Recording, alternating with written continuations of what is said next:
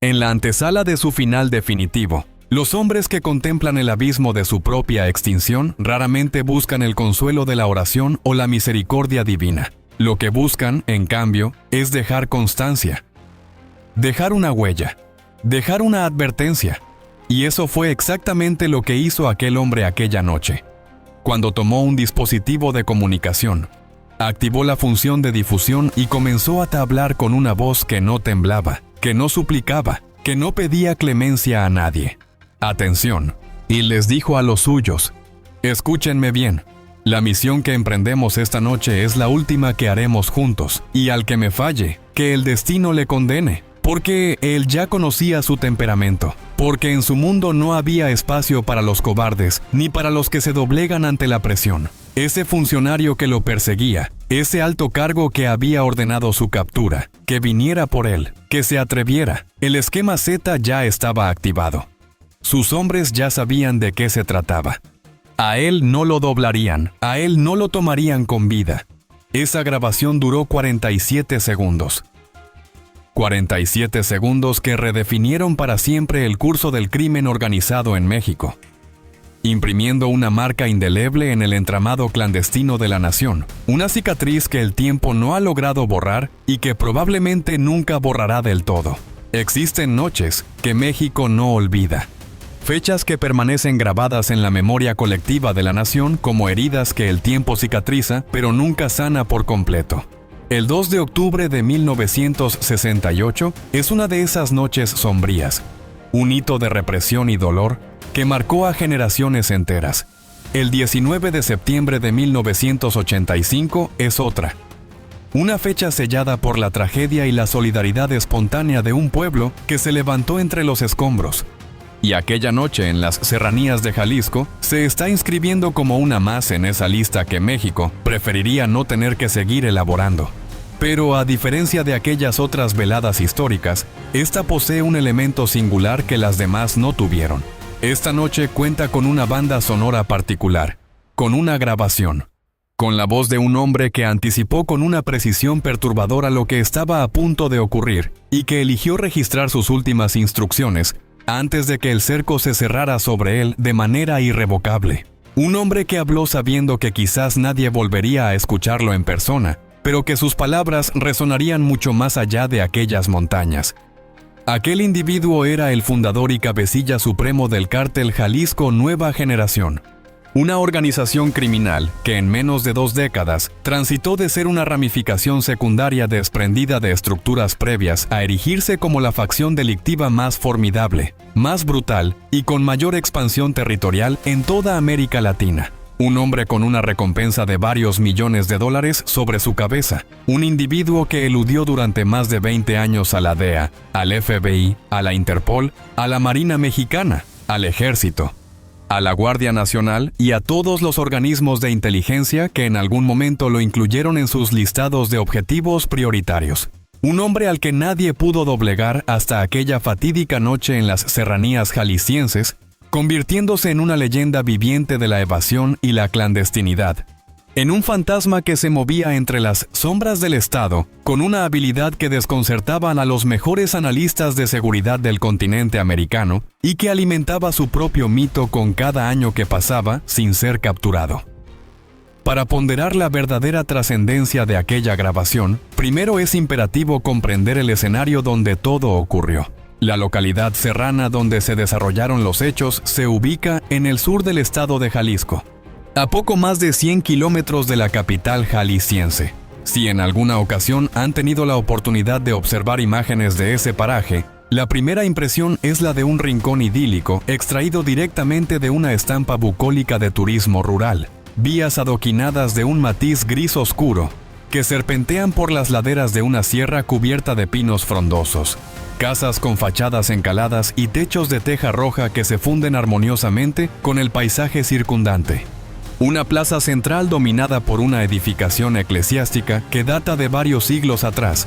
Un monumento a la fe y a la historia de un pueblo que ha sobrevivido a todo. Niños jugando despreocupadamente al atardecer. Vendedores de dulces típicos ofreciendo sus productos en los portales.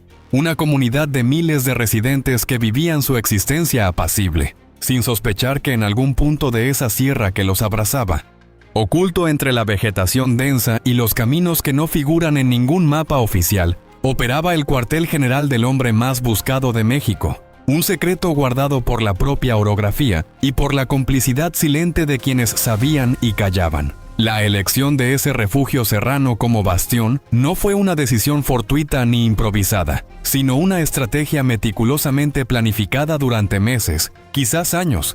La geografía de aquella sierra exhibe características que cualquier especialista en seguridad reconocería de inmediato como ideales para alguien que necesita ocultarse del mundo entero.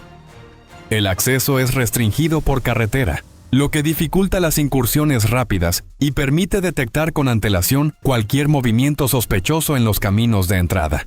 La zona dispone de múltiples vías de escape hacia la topografía escarpada de las barrancas, ofreciendo rutas de huida en caso de ser detectado por las fuerzas del orden. La vegetación tupida obstaculiza la observación aérea, dificultando la vigilancia desde helicópteros y drones. Además, sus poblaciones minúsculas, donde un rostro ajeno se nota al instante, pero también donde la lealtad obtenida mediante los recursos del narcotráfico es un suceso cotidiano y no una excepción, garantizaban una red de información y protección difícil de penetrar desde el exterior. Era un santuario estratégico, un laberinto natural y humano diseñado para la clandestinidad, donde la tranquilidad aparente enmascaraba una compleja red de operaciones ilegales que se extendía mucho más allá de aquellas montañas. Pero lo verdaderamente crucial para comprender acerca de ese refugio no es su ubicación precisa ni su geografía privilegiada, sino lo que aconteció en su interior unas pocas horas antes del asalto. Fue ahí, en ese bastión, con el cerco ya cerrándose de forma inexorable, aunque el cabecilla todavía no lo supiera con certeza absoluta, y con la información sensible comenzando a filtrarse hacia los equipos de inteligencia del gobierno, donde aquel hombre tomó un aparato de comunicación, activó la función de difusión y profirió las palabras que se convertirían en un eco ominoso en la historia del crimen organizado mexicano. Su voz, tensa y firme a la vez, resonó en la intimidad de ese escondite serrano, articulando directrices que sellarían el destino de muchos y desvelarían una realidad perturbadora sobre las entrañas del poder en México. Los que ahora perciben mis palabras son los que he seleccionado, dijo. El resto ha perdido su valor. Esta noche se presentarán esos individuos. Ya contamos con el aviso. Ya sé que vienen. Vienen los militares. Viene la infantería naval, vienen los agentes federales, y vienen todos esos desgraciados y aún así no pueden con nosotros. Que vengan, que se atrevan.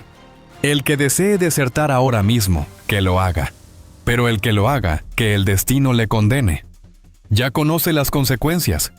Yo no pacto con pusilánimes, el esquema Z ya se ha activado. Ya tronaron las 3 zonas estratégicas, ya saben cuál es la situación. Si mi destino se cumple esta noche, ustedes conocen el curso a seguir. La operación no se detiene.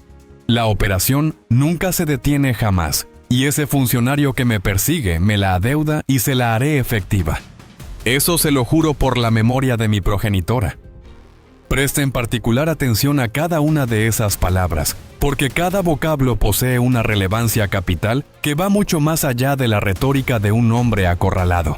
Y hay una frase en particular que los analistas de seguridad e inteligencia identificaron de inmediato como la más significativa de toda la grabación. No es la alusión al alto cargo que ordenó su captura, no es la puesta en marcha del esquema Z, ni siquiera la mención de las 3 jurisdicciones estratégicas que ya habían sido activadas. Es esta, ya contamos con el aviso. Esas 5 palabras lo transforman todo absolutamente. Porque si aquel hombre ya estaba al tanto de la inminencia del operativo, si alguien le había proporcionado un aviso oportuno, con la antelación suficiente como para que grabara ese audio y dictara directrices específicas a sus hombres, entonces la incursión en aquellas serranías no constituyó una sorpresa para ninguna de las partes involucradas. Fue un choque previsible, una confrontación anticipada que tanto el gobierno como la organización criminal sabían que iba a ocurrir antes de que ocurriera. Lo que esto implica para comprender el número de víctimas que hubo aquella noche es abrumador. Lo que esto significa sobre la filtración bidireccional de información sensible entre las instituciones del Estado y las estructuras del crimen organizado es profundamente inquietante. Lo que esto revela sobre la existencia de entramados clandestinos que operan dentro y fuera de las instituciones del Estado mexicano es una verdad que desgarra el velo de la oficialidad con una violencia que ningún comunicado de prensa puede suavizar. Es un aspecto que desglosaremos minuciosamente en el desarrollo de esta narración, exhibiendo las complejidades y las traiciones que yacen en las profundidades de esta historia que México todavía no ha terminado de procesar. La certeza de que el líder criminal conocía los pormenores del operativo con antelación suficiente gracias a una fuente interna, convierte la misión en aquellas serranías en algo mucho más que un enfrentamiento entre el Estado y el crimen organizado. Y se transforma en una crónica de corrupción sistémica y cálculo estratégico, donde la vida humana se convierte en un simple peón en un juego de ajedrez sangriento que se disputa en las sombras del poder. Previamente a adentrarnos en ese aspecto, necesitamos una comprensión esencial respecto a la grabación misma, porque este audio no es tan simple como parece cuando se escucha por primera vez de manera superficial. Este audio tiene múltiples estratos.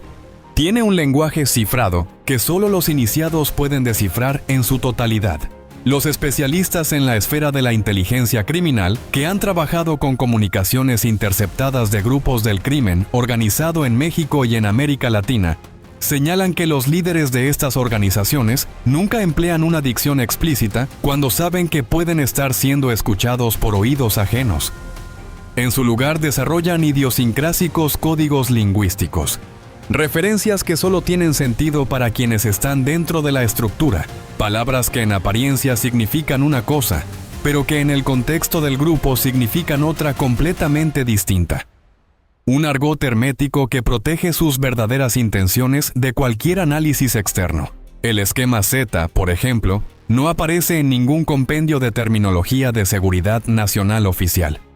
No está documentado en ninguno de los registros públicos que las autoridades de seguridad y la Fiscalía o las agencias antidrogas han emitido sobre la organización. Y sin embargo, el cabecilla lo menciona con una fluidez que denota un entendimiento compartido, una naturalidad que solo se posee cuando todos los que escuchan saben exactamente de qué se está hablando, sin necesidad de elaboraciones adicionales ni explicaciones de ningún tipo.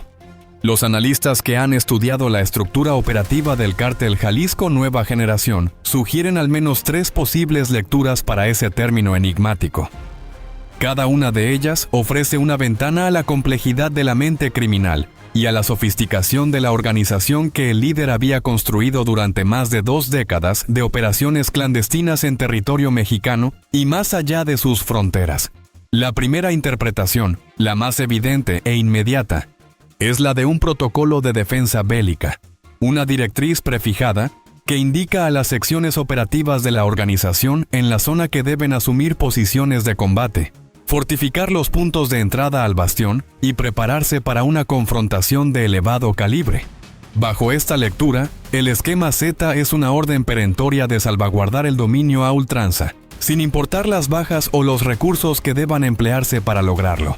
Implicaría la movilización de sicarios, el despliegue de armamento pesado y la creación de barricadas o emboscadas en los accesos, transformando el refugio en una fortaleza inexpugnable, lista para repeler cualquier asalto que se intentara desde el exterior. La disciplina y la jerarquía internas se pondrían a prueba en la ejecución de esta orden de guerra, y los hombres que habían jurado lealtad al cabecilla demostrarían en aquella noche si esa lealtad era genuina o simplemente conveniente mientras las cosas marchaban bien y el dinero fluía sin obstáculos. La segunda interpretación reviste mayor complejidad y es aún más inquietante en sus implicaciones de largo plazo. Se trata de un programa para asegurar la pervivencia operativa de la organización, directrices puntuales para la subsistencia de la estructura criminal en caso de que el cabecilla sea abatido, aprehendido o su capacidad de mando se vea comprometida de cualquier manera. Una especie de legado delictivo que garantiza que la empresa, como él mismo asevera en la grabación, jamás se detiene. Bajo esta interpretación, el esquema Z no constituye un mandato de ofensiva, sino una sucesión de control velada. una designación articulada en códigos solo inteligibles para los iniciados, que establece quién asume la dirección cuando el líder ya no puede ejercerla, asegurando una transición sin fisuras y la continuidad del negocio ilícito más allá de su figura. Esta lectura apunta a una previsión estratégica de largo alcance, una muestra de cómo el cabecilla pensó en la organización incluso más allá de su propia vida, proyectando su influencia en el futuro del cártel con una frialdad calculadora que resulta tan admirable en su lógica interna como aterradora en sus consecuencias para la sociedad mexicana. Y la tercera lectura es abordada por los expertos con la máxima cautela, con reservas explícitas y con la reiterada aclaración de su naturaleza especulativa, si bien sólidamente sustentada por indicios que no pueden ignorarse. El esquema Z podría conformar un repertorio, y no una lista de instrucciones operativas, sino una enumeración de individuos, personas que la organización considera implicadas en su eventual debilitamiento, ya sea por ser agentes infiltrados, delatores, dignatarios que incumplieron su pacto de protección o adversarios que aprovecharon la coyuntura para filtrar datos a las autoridades. Una relación de agravios por saldar que se activaría al instante de la caída del cabecilla. Una promesa de que su final no sería impune ni quedaría sin respuesta. Y si esta postulación resulta certera, y hay elementos circunstanciales que sugieren que al menos en parte lo es, entonces el documento que estamos analizando no es solo la postrera directriz de un hombre del crimen asediado. Es un veredicto fatal para sujetos que en este preciso instante deambulan por el territorio mexicano, ignorando que su identidad podría figurar en esa relación ominosa. La sombra de la venganza se cierne sobre ellos, silenciosa y letal, sin que lo sepan. Sin embargo, una interrogante crucial permanece apenas explorada, una que podría desentrañar el nudo gordiano de este misterio que tanto inquieta a los analistas de seguridad. ¿De qué manera esta grabación llegó a los departamentos de inteligencia del Estado mexicano? El propio cabecilla lo había advertido con contundencia en el audio. Quien me defraude, yo mismo lo eliminaré. No delego esa tarea en nadie. Entre mis filas no existen deserciones. Es imposible que las haya jamás, pues quien se incline al bando opuesto ya ha sellado su propio epitafio. Aquí solo permanecen los que operan al 100%. Los que están vigilantes, los demás que se alejen. Así lo afirmó unas horas antes de que la operación que culminaría con su existencia diera inicio. Un discurso de lealtad absoluta que resonó en el aire viciado de su último bastión, pero que a la luz de los acontecimientos se revela como una trágica ironía o una brutal advertencia que nadie en su círculo más cercano supo o quiso escuchar con la debida atención. A pesar de todo, aquel hombre dedicó más de 2 décadas a edificar lo que los expertos en crimen estructurado califican como una de las armazones de seguridad interna más elaboradas en la crónica de los cárteles mexicanos. Un entramado estratificado en el que cada segmento solo dispone de los datos indispensables para su función operativa, sin acceso a la información de unidades colaterales, sin conocimiento de los niveles jerárquicos superiores, imposibilitado de divulgar un panorama íntegro, incluso si lo deseara. Una arquitectura diseñada específicamente para resistir las brechas informativas, pues asumía la ineludibilidad de las filtraciones y se estructuraba en torno a ellas como una fortaleza con muros concéntricos que se reforzaban mutuamente. Ese esquema operó exitosamente por 2 décadas completas. ¿Por qué se desmoronó aquella velada? La respuesta no es tan sencilla como podría parecer, y su búsqueda nos lleva a las profundidades de la deslealtad y la infiltración, a los rincones más oscuros de una organización que presumía de ser impenetrable y que resultó ser tan vulnerable como cualquier otra estructura humana construida sobre el miedo y la codicia. La explicación más conveniente y la favorecida por la Administración Federal Mexicana es que la superioridad tecnológica prevaleció sobre la cautela de la organización criminal, que los dispositivos de interceptación de comunicaciones, los sistemas de evaluación de trayectorias, la observación vía satélite y el acopio de inteligencia durante meses de labor permitieron la localización precisa del objetivo. Y esa contestación no carece de veracidad, mas tampoco es exhaustiva ni suficiente para explicar la precisión quirúrgica de la operación, porque la índole de los datos que posibilitaron la incursión, la ubicación exacta del bastión, los turnos de la guardia el volumen y calibre del arsenal disponible, las vías de huida conocidas y las neutralizadas, las identidades y números telefónicos de los colaboradores más próximos al cabecilla. Tal grado de particularización no se adquiere meramente a través de la intervención tecnológica de comunicaciones. Exige una fuente viviente, alguien presente en el enclave, alguien familiarizado con el esquema Z, un actor interno que entregó la verdad desde las sombras, a cambio de algo que en ese momento consideró más valioso que su lealtad. La trayectoria del crimen estructurado en la nación mexicana abunda en relatos de magnates caídos, no por la preeminencia estratégica del Estado, sino por la perfidia de un allegado. En prácticamente cada episodio de aprehensión o eliminación de prominentes figuras del narco mexicano, al profundizar bajo la superficie y bajo la versión oficial de un triunfo institucional, emerge recurrentemente el mismo arquetipo. Un individuo interno que optó por cambiar de bando, motivado por el dinero, el miedo, la venganza o la ambición desmedida. ¿Quién encarnó a ese personaje en el desenlace de aquella noche en las serranías jaliscienses? Esta es la pregunta que resuena implacable en los pasillos de la justicia y en la conciencia colectiva de quienes siguen de cerca los movimientos del crimen organizado en México. La identidad de ese delator de existir no ha sido divulgada oficialmente. Es altamente probable que jamás lo sea, pues desvelarla equivaldría a sellar su propia condena de aniquilación, y es posible que ya no respire para contarlo. No obstante, lo que sí es factible estudiar son las recurrencias, y tales recurrencias señalan hacia un rumbo muy definido, un patrón que se repite una y otra vez en las crónicas más oscuras del crimen organizado en México y en el mundo. La penetración de las fuerzas de seguridad mexicanas por parte del crimen organizado no constituye una incógnita para nadie informado. Es una realidad documentada, admitida incluso por las propias entidades gubernamentales. Los cárteles mexicanos mantienen en su plantilla a individuos en prácticamente todos los escalafones de las corporaciones policiales y de seguridad de la nación. No es una rareza ni una excepción. Es una estructura contigua que opera bajo una idiosincrásica racionalidad y que en numerosos escenarios se revela más eficaz que la configuración oficial del Estado. El cártel Jalisco Nueva Generación manifiesta una agresividad singular en esta área, fusionando el soborno con la coerción de una forma que los especialistas catalogan como sistemática y metódica, buscando no solo a agentes venales en busca de una prebenda adicional, sino a individuos en posiciones estratégicas con acceso a datos confidenciales, a quienes pueden comprometer de tal suerte que no puedan retroceder jamás. En este marco, la pregunta de quién divulgó la información de la incursión a la organización carece de una respuesta sencilla y única. Pudo haber sido un miembro de las fuerzas de seguridad en algún nivel operativo. Pudo haber sido un componente de las agencias de inteligencia civil con acceso a los planes del operativo, o quizás alguien mucho más cercano al núcleo de la operación de lo que cualquiera se atreve a suponer públicamente.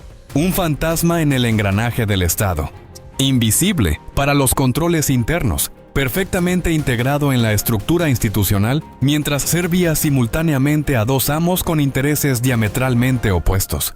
Lo que sí es incuestionable, lo que la grabación corrobora sin titubeos, es que hubo una brecha de información, y esa brecha costó vidas humanas, un precio de sangre que la sociedad mexicana todavía paga sin haber recibido una explicación satisfactoria de parte de quienes tienen la obligación de proporcionarla.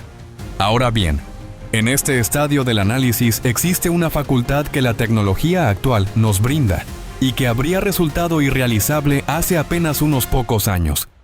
La aplicación de un análisis forense de voz de alta fidelidad a la grabación. Los sistemas de inteligencia artificial empleados hoy en la criminología forense son aptos para escudriñar no solo la identidad del locutor, sino también su condición psicofisiológica en el momento de la captación del sonido.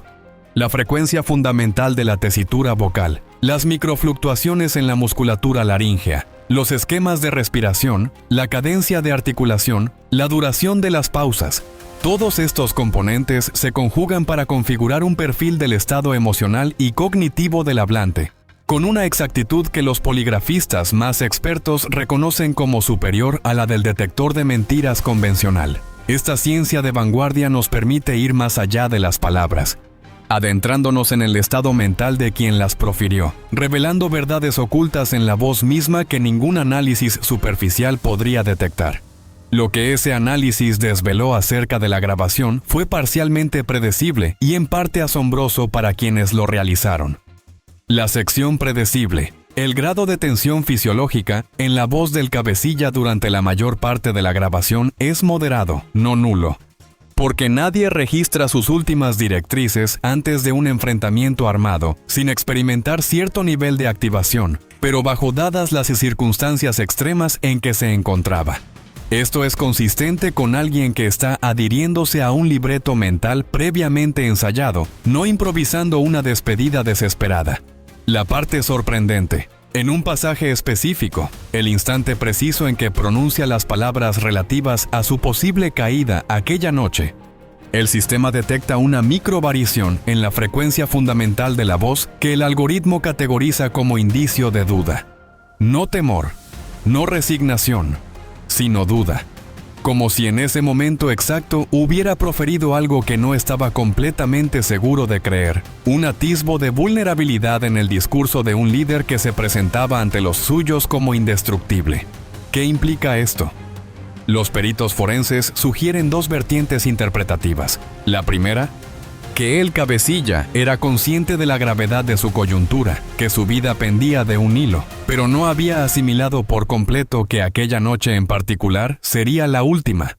La incertidumbre como expresión del instinto de conservación que rehúsa aceptar aquello que la lógica ya comprende.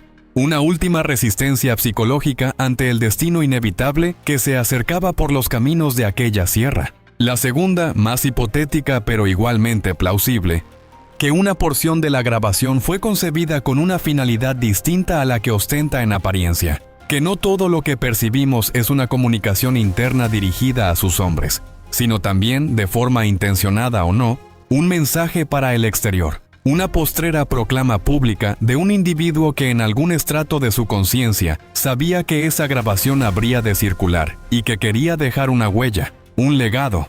Una última amenaza que resonara mucho después de que él ya no estuviera para pronunciarla en persona. Cualquiera que sea la interpretación acertada, lo que el escrutinio forense ratifica es la autenticidad del audio. No es una falsificación ni una estratagema de desinformación estatal. La voz es verídica.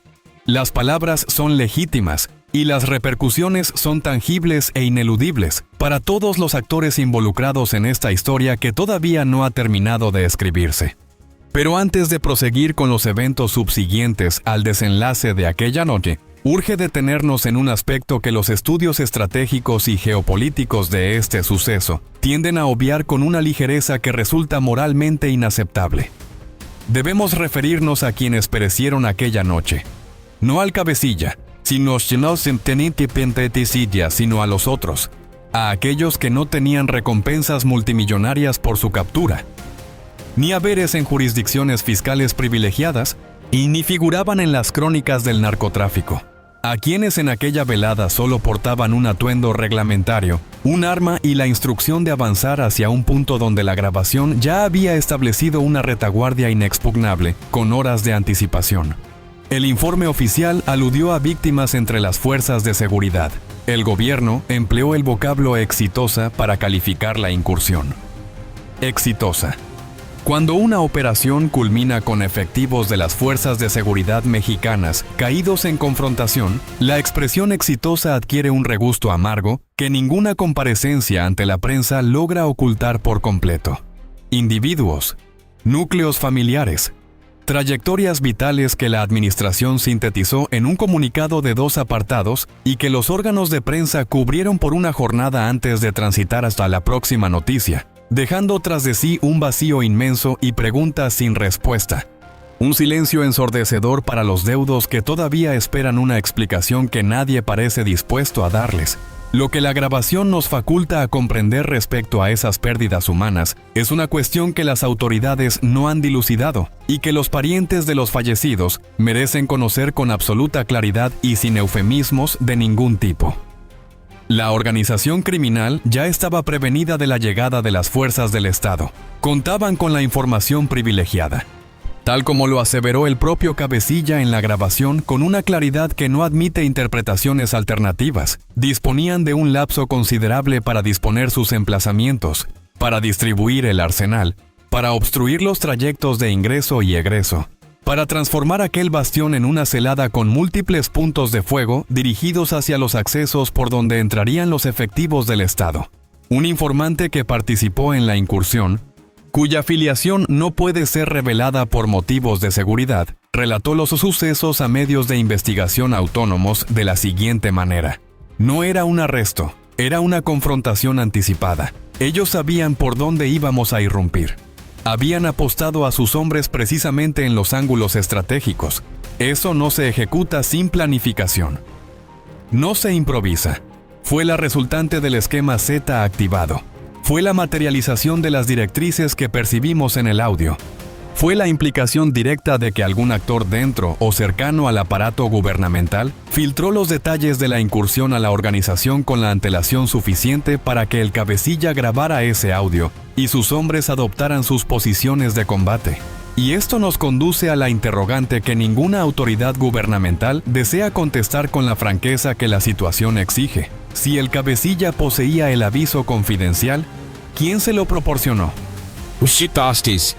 ¿Quién desde las sombras del poder entregó las vidas de esos hombres a la estrategia del enemigo? ¿Quién tomó la decisión, consciente o inconsciente, de convertir una operación de seguridad del Estado en una emboscada perfectamente preparada por el bando contrario? Esta pregunta no es retórica. Es la pregunta más importante que emerge de toda esta historia y es la que con mayor insistencia se niegan a responder quienes tienen la obligación institucional de hacerlo. Y la exigencia de transparencia y rendición de cuentas es ahora más urgente que nunca.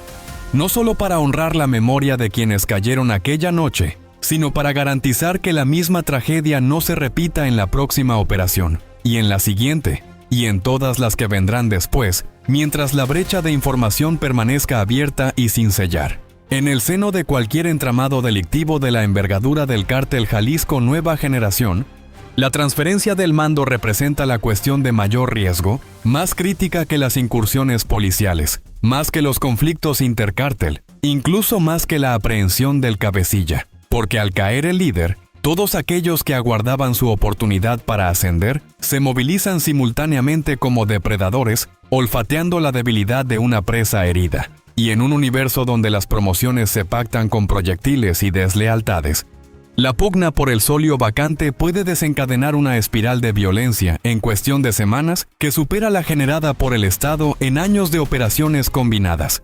Esta lucha interna, a menudo más sangrienta que la externa, define la supervivencia y la evolución de estas gigantescas estructuras criminales que han aprendido a adaptarse a cada golpe que reciben, emergiendo siempre de alguna manera más fuertes o al menos más dispersas y por tanto más difíciles de combatir con los métodos convencionales. Durante los meses que precedieron a la incursión en aquellas serranías, expertos en seguridad con informantes internos en las filas de la organización ya habían detectado indicios de fricciones internas en la estructura. No se trataba de una conflagración declarada, de una guerra abierta que pudiera observarse desde el exterior, sino de una dinámica más refinada y letal. La pugna tácita entre facciones que mantenían una fachada de respeto mutuo mientras cada una solidificaba sus propias ramificaciones de apoyo y sus conexiones con la autoridad, sus vías de operación y su capital resguardado para el instante en que las condiciones del tablero se alteraran drásticamente. Era una danza macabra de lealtades divididas y ambiciones contenidas, una olla a presión a punto de estallar con la más mínima provocación. Una guerra fría interna que solo esperaba el detonante adecuado para convertirse en un conflicto abierto de consecuencias impredecibles para la seguridad de vastas regiones del país. En el seno de la organización coexisten a grandes rasgos tres vertientes de influencia que operan bajo el dominio de la estructura, cada una con su propia lógica y poder específico que la distingue de las demás. La primera es la potestad armada, encarnada por los coordinadores territoriales, los líderes de las escuadras de ejecutores, aquellos individuos que ejercen el control sobre una demarcación mediante la coerción directa y la intimidación constante, son los más ostensibles, los más notorios, los que figuran en las producciones audiovisuales propagandísticas de la organización, ataviados y equipados hasta los dientes, exhibiendo su fuerza bruta. Y son paradójicamente los menos influyentes en la configuración estructural a largo plazo, pues su autoridad reposa en la fidelidad de sus subordinados. Una lealtad que es perennemente inestable y siempre sujeta a revisión, vendida al más temible o al que mejor pague en el momento preciso en que la balanza del poder se inclina hacia un lado. La segunda vertiente es la potestad financiera, representada por los gestores de las redes de blanqueo de capitales, los administradores de las corporaciones ficticias, aquellos que poseen acceso a las plataformas bancarias transnacionales y a los depósitos en refugios fiscales donde se resguarda la auténtica fortuna de la entidad. Son los más imperceptibles, los menos expuestos al escrutinio público, moviéndose en las sombras de las finanzas globales con una discreción que los hace prácticamente invisibles para los organismos de persecución del crimen. Pero son quienes realmente detentan la capacidad para mantener a flote una organización de tal magnitud cuando la figura directiva patente se desvanece, garantizando la liquidez y la infraestructura económica, que es la verdadera columna vertebral del negocio ilícito. Su poder reside en los números, en las conexiones bancarias y en la habilidad de hacer que el dinero sucio se integre en la economía legítima, un arte complejo y esencial para la supervivencia de cualquier organización criminal que aspire a perdurar más allá de la vida de sus fundadores. Y la tercera vertiente es la más intrincada de perfilar, pero probablemente la más vital de comprender en su totalidad para entender cómo funciona realmente el poder en el crimen organizado mexicano. El dominio de la inteligencia. Son aquellos que conocen con exactitud las conexiones políticas que posee la organización. ¿Qué funcionarios públicos figuran en la nómina clandestina? ¿Qué comunicadores han sido cooptados o intimidados para silenciar ciertas informaciones? ¿Qué magistrados son susceptibles de ser influenciados en sus decisiones judiciales? ¿Qué altos mandos militares mantienen obligaciones con la organización que nunca aparecerán en ningún expediente oficial? En esencia, quienes custodian el compendio exhaustivo de todas las connivencias que posibilitan la existencia y operación de una entidad criminal dentro de un Estado que en teoría debería perseguirla implacablemente. Poseen el archivo secreto de la corrupción sistémica, la memoria viva de la impunidad institucionalizada, el registro de todos los pactos que nunca se firmaron en papel pero que se honraron con sangre y silencio durante décadas. La interrogante que ninguna autoridad del gobierno mexicano desea abordar de manera pública es cuánta de esta información subsistió al declive del cabecilla. Porque si el esquema Z comprendió el traspaso sistemático de ese acervo documental, si algún individuo obtuvo esas llaves a las que alude la grabación, entonces la desaparición del líder no mermó a la organización, solo reconfiguró su cúpula directiva, colocando a un nuevo estratega al mando de un imperio que ya estaba diseñado para resistir la caída de su arquitecto. Esto significaría que la victoria celebrada por el Estado es en realidad una victoria pírrica, que simplemente ha reorganizado las piezas de un tablero donde las reglas del juego siguen siendo dictadas por el crimen, no por la ley. Un triunfo de fachada que oculta una derrota estratégica de proporciones que las autoridades no están dispuestas a reconocer públicamente, porque hacerlo implicaría admitir la profundidad de la penetración del crimen organizado en las estructuras del Estado mexicano. El designado ya conoce su rol, afirmó el cabecilla en la grabación. Las identidades se revelan con actos, no con la boca. Cuando yo ya no esté presente, el que asume el mando ya ha sido seleccionado. Yo mismo lo designé. Ya posee las llaves, ya tiene el armamento, las conexiones, el capital, todo. Ya dispone de todo lo que ese sujeto necesita. Solo aguarda la señal, y cuando estalle lo sabrán todos. Ya posee las llaves. Esta locución ha resonado con mayor intensidad en los círculos de inteligencia mexicana que cualquier otro segmento de la grabación, porque no se trata de una figura retórica, o si lo es. Pertenece a esa categoría de metáforas que en el ámbito del crimen organizado ostenta una connotación extremadamente específica y funcional. Las llaves representan el acceso, el dominio de las cuentas bancarias, los códigos de comunicación cifrada, las identidades de los enlaces foráneos, los trayectos operativos vigentes, los almacenes de armamento, los documentos que vinculan a personas del gobierno con la organización. Las llaves encarnan el poder auténtico de la organización. Aquel que no es perceptible externamente, pero que es el pilar invisible de todo lo que sí se manifiesta. El engranaje secreto que permite que la maquinaria delictiva siga funcionando con precisión letal. Y alguien las posee en este preciso instante, mientras ustedes asimilan esta disertación. Mientras las autoridades mexicanas conmemoran la incursión en aquellas serranías como una victoria trascendental en la contienda contra el narcotráfico. Un individuo que no figura en ninguna relación de blancos, que carece de una orden de captura a su nombre, que con toda probabilidad se desenvuelve con total normalidad en el tejido social. Quizás en una ciudad, quizás en el extranjero, quizás en un lugar donde nadie sospecharía encontrarlo. Detenta en su poder lo indispensable para reconstruir la organización o para emplearlo como instrumento de presión en una negociación aún ignota. Pues un poder en la sombra que puede reconfigurar el panorama criminal del país a su antojo, sin disparar un solo tiro, sin aparecer en ninguna fotografía, sin pronunciar una sola palabra en público. Este personaje anónimo, cuyo rostro y nombre permanecen ocultos incluso para los analistas más avesados, es la verdadera incógnita del futuro inmediato del narcotráfico en México y la pregunta más urgente que los organismos de seguridad deberían estar intentando responder en este momento. Esta organización no surgió como un cártel tradicional, sino como una reacción deliberada a las debilidades de sus predecesores.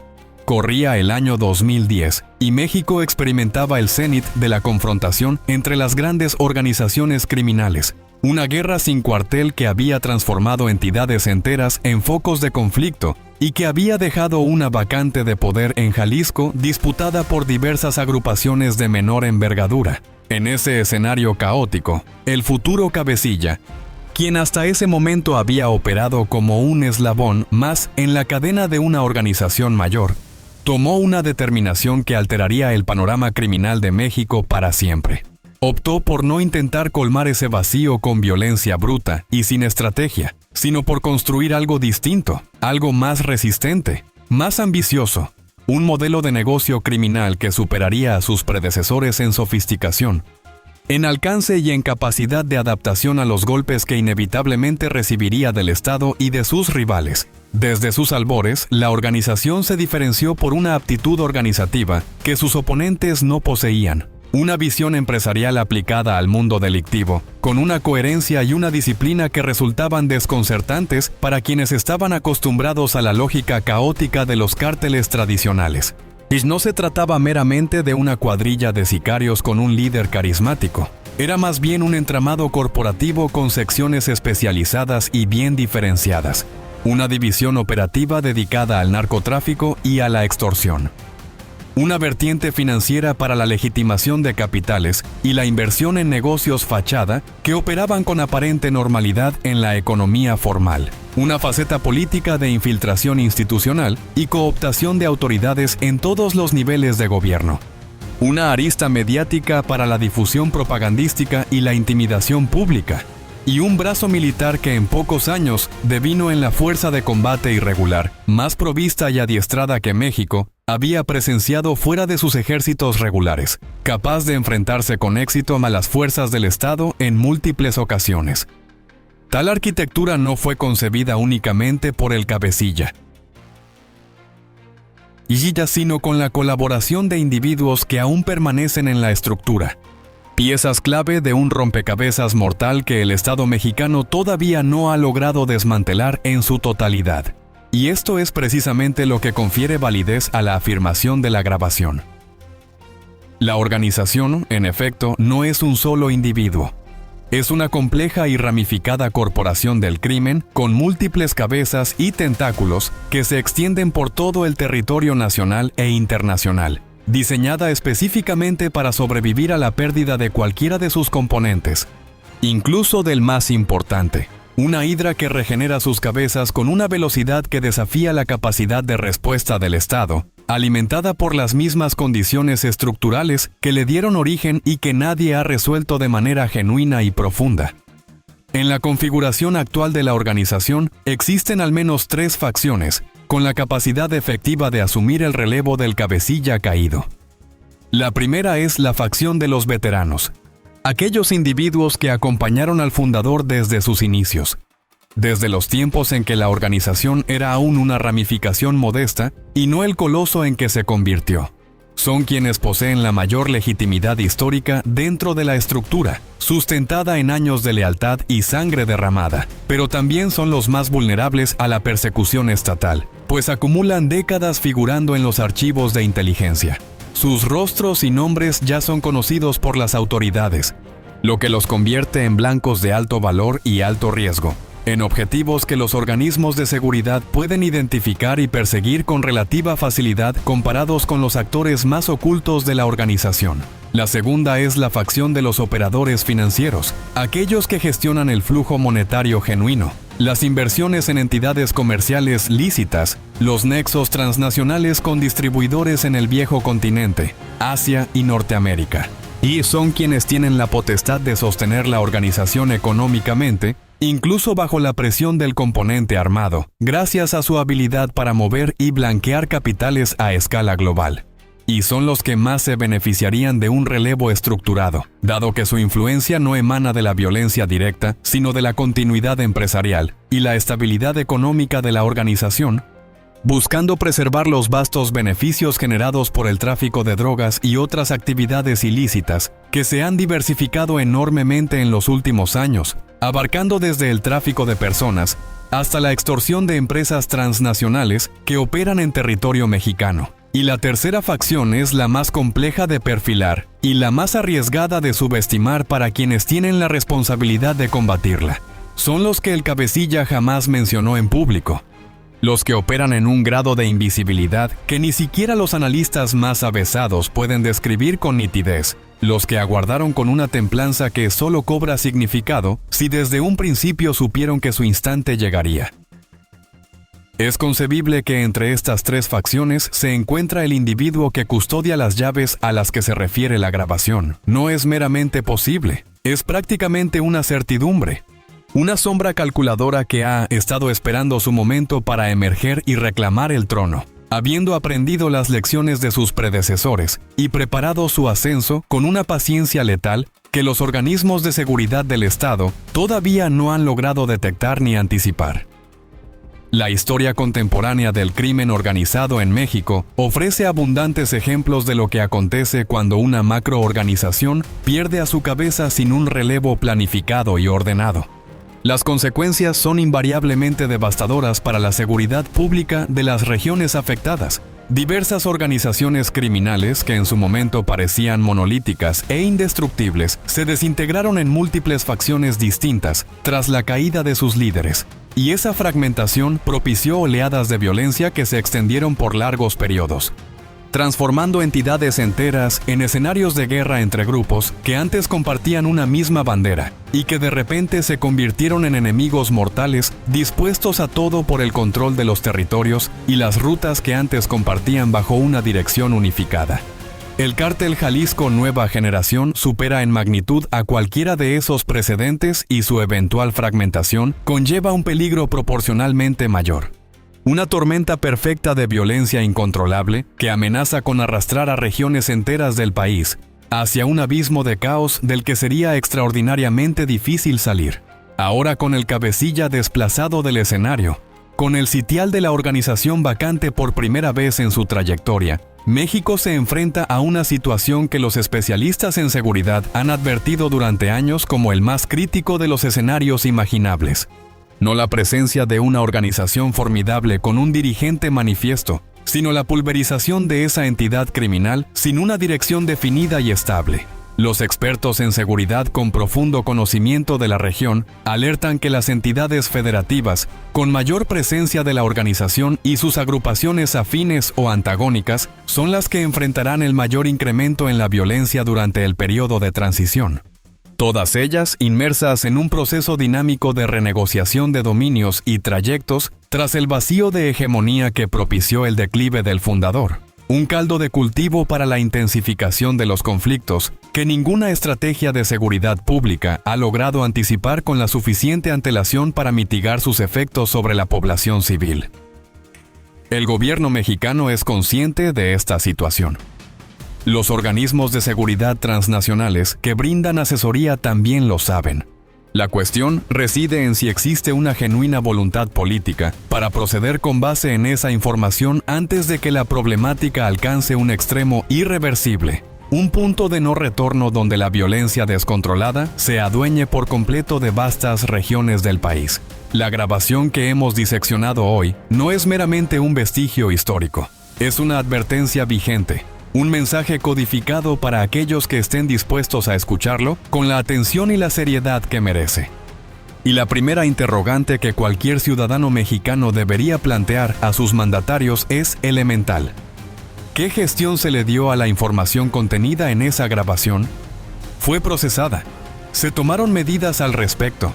¿Sirvió para algo más allá de justificar el comunicado de prensa que declaró la operación como exitosa, mientras familias enteras lloraban la pérdida de sus seres queridos en el silencio de sus hogares? Hemos escuchado el audio, lo hemos desglosado locución por locución. Hemos disertado sobre el posible traidor que pudo haber filtrado la información, sobre el esquema Z y sus posibles significados, sobre las llaves que confieren el poder real, sobre el precio en existencias humanas que tuvo aquella noche, sobre el vacío de autoridad y la amenaza que todo ello entraña para la estabilidad de México en uno de los periodos más complejos de su historia reciente. Pero la interrogante postrera es la de mayor envergadura y es la que rara vez se formula con la debida profundidad y la honestidad intelectual que requiere. ¿Qué acciones emprenderá la colectividad mexicana con esta revelación? Porque los cárteles no son entidades foráneas que se imponen sobre una sociedad que los repudia. Son la consecuencia de décadas de corrupción institucional, de disparidad económica abismal, de la ausencia del Estado en vastas porciones del territorio nacional, del resultado de una beligerancia contra los narcóticos concebida para el fracaso, y de una connivencia tácita de múltiples actores que prefieren la estabilidad corrupta al desorden, que acarrearía una transformación genuina y profunda de las estructuras de poder. El cabecilla no erigió su organización en la nada, la edificó en el intersticio que México le proveyó para su construcción, en los vacíos dejados por la negligencia y la colusión de quienes tenían la obligación de impedirlo. Y mientras ese intersticio persista, mientras las premisas estructurales que posibilitaron la existencia de esta organización sigan sin resolución genuina, el hecho de que el fundador haya sucumbido en aquellas serranías constituye una victoria táctica relevante, indudable, real, pero táctica y no estratégica. El cabecilla aseveró en su grabación que la organización es una idea. En eso tenía razón, y la única vía para combatir una idea no es erradicar a quien la personifica. Es forjar una concepción más potente, más justa, más atractiva para las nuevas generaciones. Una concepción que haga que lo que el crimen organizado promueve, el poder efímero, el caudal ilimitado, la fidelidad adquirida por el miedo, cese de ser atractivo para quienes crecerán en el México que viene después de esta historia. Un México que debe elegir entre la repetición de la historia o la construcción de un futuro diferente, donde la ley y la esperanza prevalezcan sobre la barbarie y la desesperación que han marcado demasiadas décadas de su historia reciente. Esas fueron las palabras de un hombre que sabía que el tiempo se le acababa y que eligió gastar sus últimos segundos de libertad dictando instrucciones, amenazando a quienes lo perseguían, jurando venganza sobre la memoria de su madre y proclamando que lo que había construido era indestructible porque era una idea y las ideas no mueren con balas. Horas después de aquella grabación, la operación dio inicio. El cabecilla no emergió de aquellas cumbres, y efectivos de las fuerzas de seguridad tampoco regresaron a sus hogares, dejando un luto imborrable en familias que todavía esperan respuestas que nadie parece dispuesto a darles. Y México persiste en la espera, anhelando discernir la verdadera magnitud de esa victoria que hasta hoy se siente incompleta, que hasta hoy genera más preguntas que certezas, que hasta hoy revela más sombras que luces en el entramado de poder que gobierna las entrañas del país. ¿Qué pasó con el esquema Z? ¿Quién tiene las llaves? ¿Quién fue el traidor que entregó la información? ¿Cuándo escucharemos la verdad completa, sin adornos ni omisiones, sin eufemismos ni medias tintas? Mientras tanto, en algún lugar de México, alguien que escuchó ese audio en tiempo real sigue esperando la señal que reactive el fuego de un imperio que nunca terminó de apagarse del todo. La caída de un capo no es el fin de la historia, es apenas el inicio del verdadero juego de sombras que se disputa en las profundidades del poder, donde ninguna cámara llega y ningún comunicado oficial se atreve a entrar. Si esta realidad te sacude y crees que la verdad merece ser contada sin filtros ni censuras, suscríbete ahora y únete a quienes no se conforman con las versiones oficiales. Hasta la próxima.